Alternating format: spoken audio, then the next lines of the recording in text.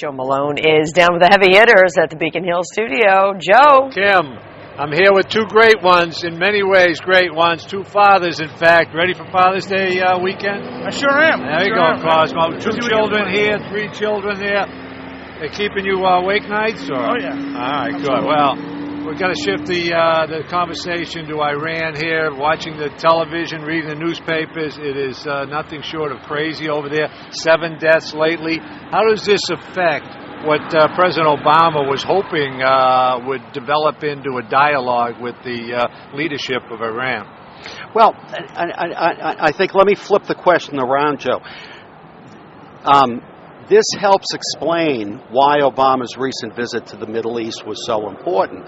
And people who were critical of Obama might now better understand that what Obama did in the Middle East was to speak directly, over the heads of the leaders, directly to the people. And we can see today, with the tens of thousands of people in the streets agitating to get rid of the government that's in there and have a newly elected one, that this sort of diplomacy can make a difference. Cosmo, you see it the same way? Yeah, I do. I think it's also a very vivid illustration that, nobody ever said democracy is easy, and we know a little bit about that firsthand here in the U.S., but when you've got a society that has been so deprived of a free and open voice for so long, people are quite willing to literally riot and fight and kill over that right, and I think that's what we're seeing. And the world community is watching closely and may not stand for this election not being carried forward, so people get that voice. So what does Obama do now? Does he simply say these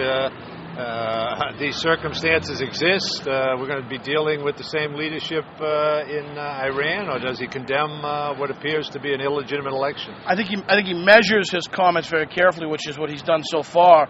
Just yesterday, I believe, saying every vote needs to be counted. Very careful in his comments, and perhaps going beyond and accelerating from there. Well, what's telling is that the people in the street are young. They're college students. It's the next generation. Throughout the entire Arab world, there's a huge number of people under 30. The United States can't bank on the older generation. We all know what that's gotten us. Our best hope is with the younger generation.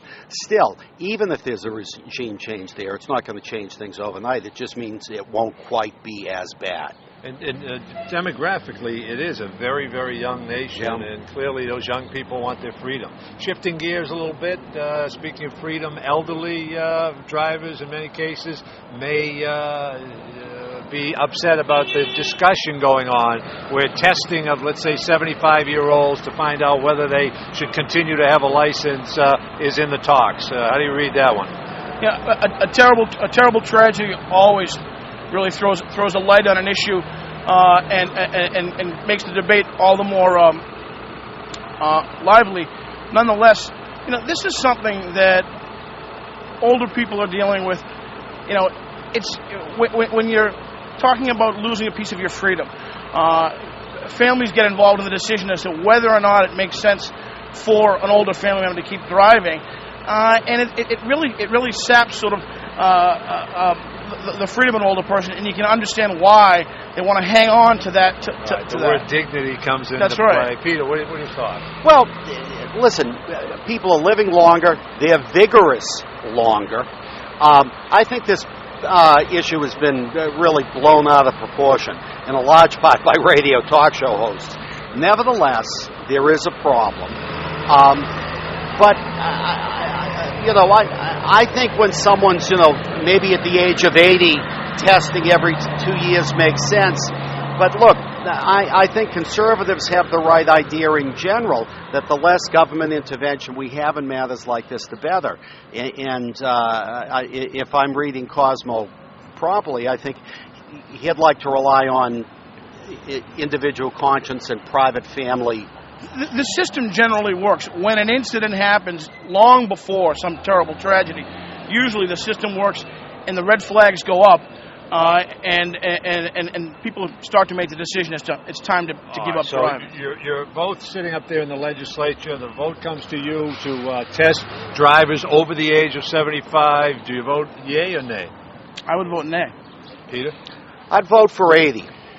Vote for 80, but now you only get to vote on 75. And I'm not sure what I'd do. Okay, all right. Hey, next issue here.